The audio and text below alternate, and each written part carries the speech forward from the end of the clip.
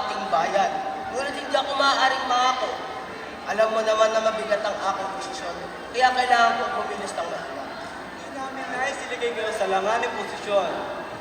Pareho lang naman layunin natin ang ikakabuti ng bayan, magkaiba lang ng pamamaraan. Maganda naman ang pagtulong sa pamahalaan kung may pagsunod at walang pagtutol. Ngunit ang paglabag dito ay maaaring ituring na kasalanan.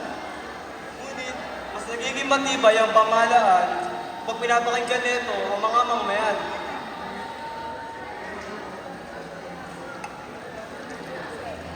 Mainom ka muna. Pina, papangaano bang ganyang pag-iisip? Hayaan mo na ang pamahalaan sa kanilang trabaho. Ngunit, ang pamahalaan ay para sa mamayan. Dapat nila marinig ang pangangailangan ng mga tao. Magtiwala ka na lamang sa kanila. Hayaan mo na ang mga namumuno. Sila ay sadyang marunong.